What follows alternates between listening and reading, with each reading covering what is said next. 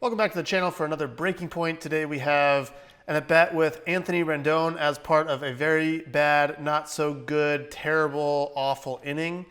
And he homers me, not surprisingly. One of 2 homers or 3 homers that inning, including giving up a hit to the pitcher and a broken bat squib and all sorts of different stuff. But today we're just focusing on the at-bats with Rendon.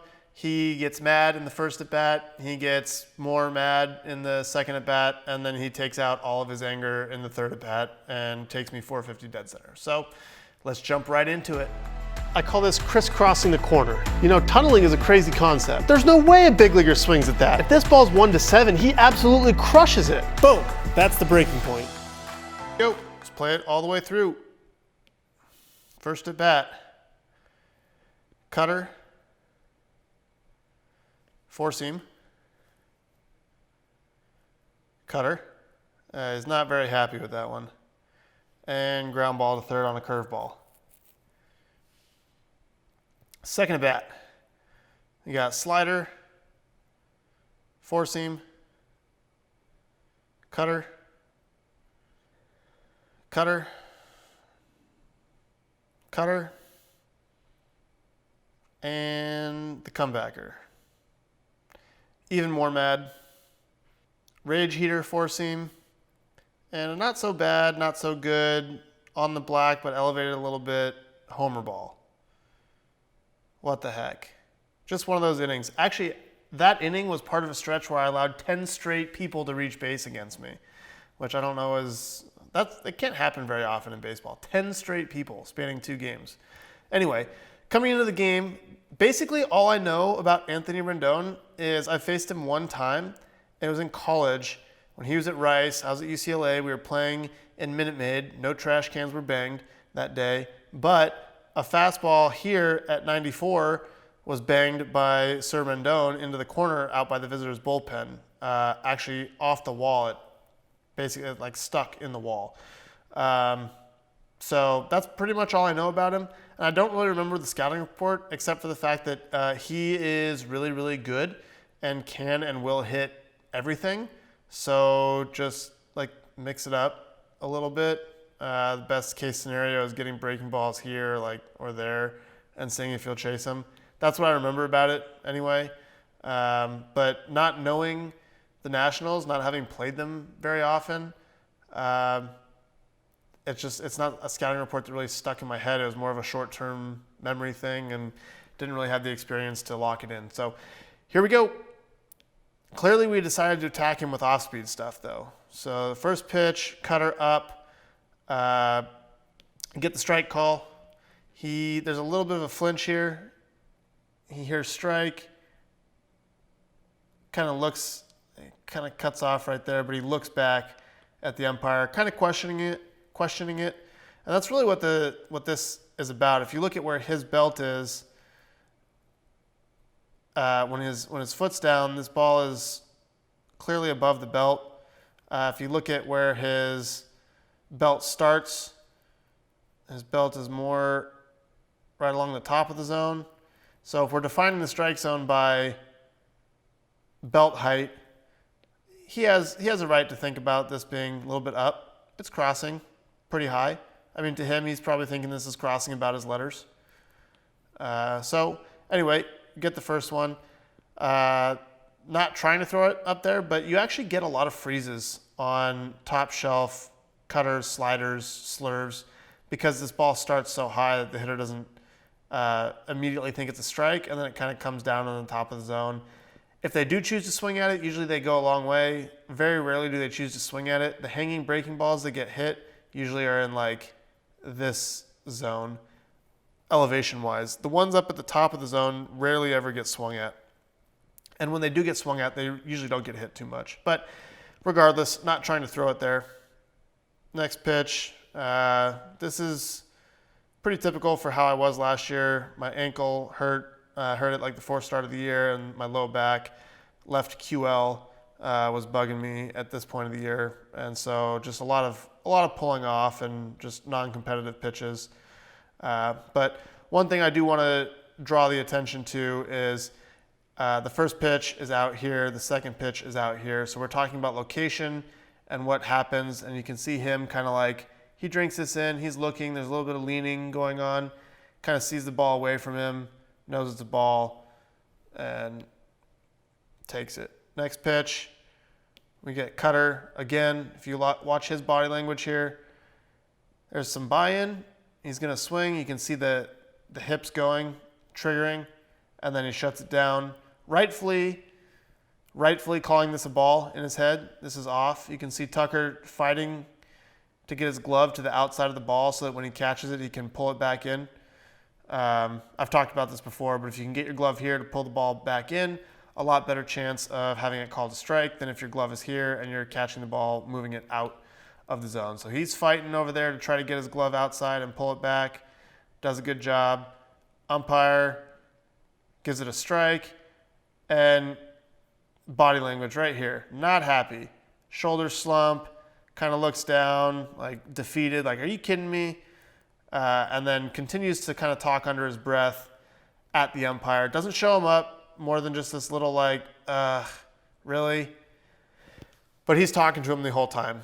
So now it puts him, this swings the count quite a bit, going from 1-1, you're going 1-2 or 2-1. 2-1, you're in control of the at-bat. I got to throw him a strike. I got to come at him. 1-2, you're in defensive mode. So this is a pretty critical pitch. A lot of research out there says that if you were trying to influence a game as an umpire, it wouldn't necessarily be strike three calls.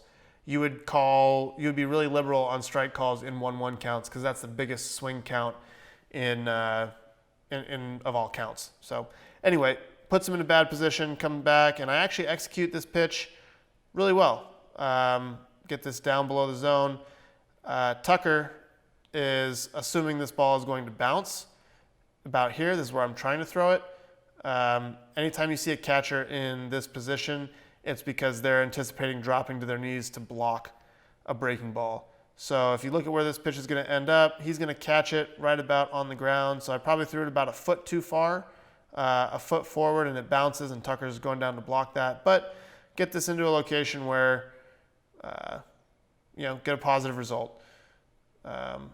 He sees it. His setup is really interesting. He's kind of up on his toe right here, but really, really quiet, and then just sinks into his legs, kind of gets into his power position here, and then fires out of that. So very little going on at the plate movement-wise with him, but it allows him to be really still, see the ball, and clearly has a ton of power as well. So that's the first at-bat. Got a little bit mad. Got one bad call that swung the at-bat there. Next one, this is bottom of the fourth inning. I'm cruising right along. I've given up a run, but I'm feeling really good this game. I had my really good stuff. Fastball was lively. Stuff was moving a lot. Had good command of my off-speed stuff. This at-bat is a little bit of an exception. Going out for the fourth, I just wasn't quite warm yet. And you can see, my slider is 76 here, and I miss arm side. Clearly, this ball starts at him. You see the flinch and rolling in. Doesn't miss the zone by that much, really, to get that kind of reaction out of him, but that's because my slider has a lot of horizontal movement. So we miss with that one. Miss with the fastball. Get a borderline call here. You see, again, the hands draw in, like this one's kind of coming at me. Tucker does a really good job, gets his glove inside the ball so he can catch it coming back towards the zone. Frames it really nicely, gets the call. Doesn't show it, Anthony doesn't show it, but I got to imagine he's not too happy with that call. He's like, yeah, it's kind of borderline, I don't know. You kind of screwed me on the first at bat. I got to imagine that's something that's going through his head. Then we come back here with another cutter, very bad, takes it. His body language is super still here. Like, he sees it, he's just, nope, not going to swing at that. Very little buy-in here. And if we go back to the fastball, the second pitch, I didn't talk about it a whole lot because I missed by quite a bit, but look how quiet he is in the zone. I think he was intending to swing the bat here. I don't think he was auto-taking, but he just sees it and he's just tracking it. Like, nope, want no part of that. One of the things that makes him really good because he can be so quiet in the zone. He just takes it. Anyway, All right, so that was the fastball. Then we get the pitch framed nicely there. Thank you, Tucker. Bad cutter up in the zone, and here I am. I'm frustrated because I've just missed like 4 spots. Like, golly, and now I'm putting myself in a position where we're all familiar with the Nationals offense now after after World Series last year. But after Rendon, if I walk him, I got Soto, who's going to do his little shuffle on me on deck. Got to be careful to him, and if I walk him or he gets a hit, which he does all the time, now I'm in trouble in a close game. So I'm frustrated here by missing. My cutter's usually my most reliable strike pitch. I'm just trying to throw this one over here in a quadrant of the zone, and I just missed drastically. So I'm frustrated. And then I come back and actually execute this pitch perfectly. We get a little bit of flinch here. Hips go. He's like, yeah, I'm going to swing. Nope, nope, nope. That's a ball. And takes off to first, and we get the strike call. So now my frustration from the 2-1 pitch turns into his frustration for the 3-1 pitch. And then we come back with the comebacker, which he rightfully identifies as a ball. But we get the strike, and if you look at right here, just the defeated, like, you got to be kidding me. The eye roll, what is going on here? Well, what's going on is Tucker's a really good pitch framer. Glove moves outside the ball so that he can catch it coming back. I mean, that is such a good representation. This ball is running this way, so he wants to work with the movement. But if his glove is here working against the movement, it's going to move his glove a lot more, and he's going to drag the ball out of the zone. So he gets his glove outside. You can see right here. That's the tip of the glove. The very next frame, the glove is moving back towards the zone. Next frame, the glove is moving back towards the zone. By the time he finishes actually stabilizing the ball, he's not catching it and then dragging it. He's just catching the ball. And he drags it back in the zone. And it's just really, really high-level elite stuff by Tucker right there, and buys me a pitch that's probably an inch off the plate, 2 inches off the plate, and bails me out. We get the strikeout. Rendon gets really frustrated, like, you got to be kidding me. And then the next inning, if you're wondering why I faced him in the 4th and I faced him again in the 5th, it's because the 5th inning was extremely, extremely excruciating to go through.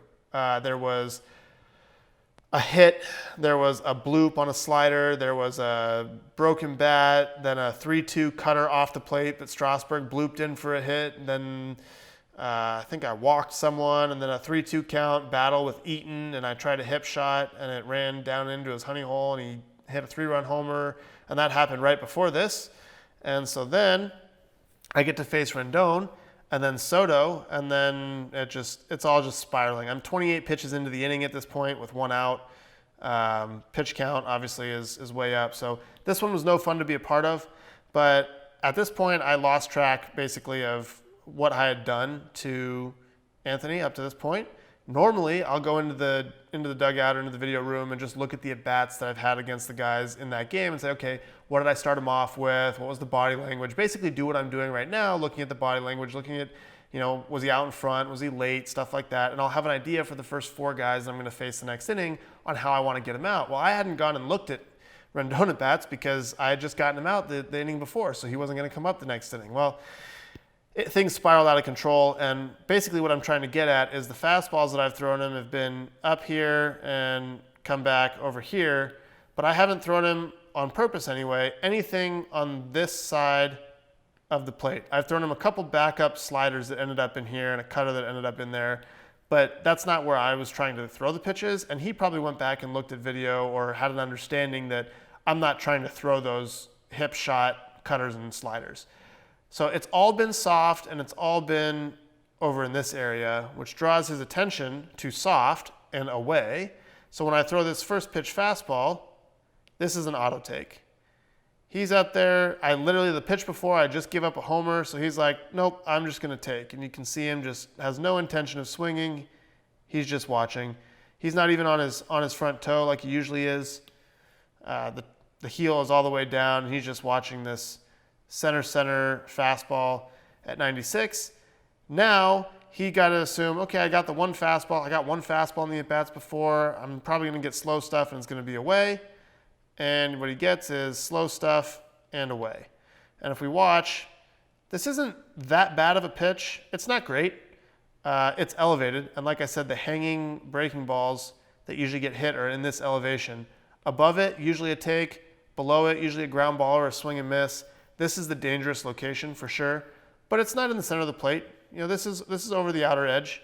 And in an 0-1 count with my curveball, I'm happy with this pitch because very few guys are gonna hit my curveball because of the movement, and very few guys are gonna do damage on my curveball. Obviously, Rendon is not most players; he's elite, so he gets me. But the swing is cool. So he sees this, he reads it, and there is no pause, recognize, adjust. No, he's sitting on this. Look at just watch the rhythm. I'll play it through. Watch the rhythm of his body. At no point does the rhythm break at all. Boom. So he identified what my attack plan was going to be against him. Either the whole team identified it and they had an idea, or he identified it specifically for this at-bat of what I was going to try to do to him. And he's sitting here, loads up, hips go.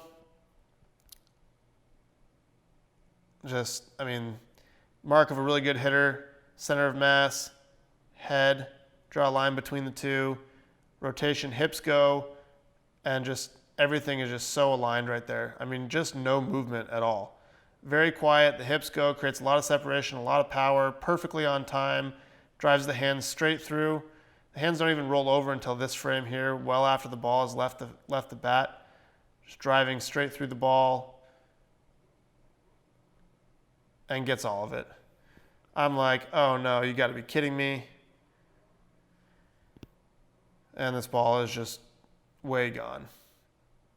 So, Rendon being elite, that's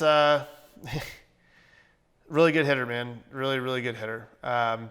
But the dangers of falling into the same patterns, attacking a guy that's this good the same way, multiple bats in a row, multiple games in a row, you got to change something up.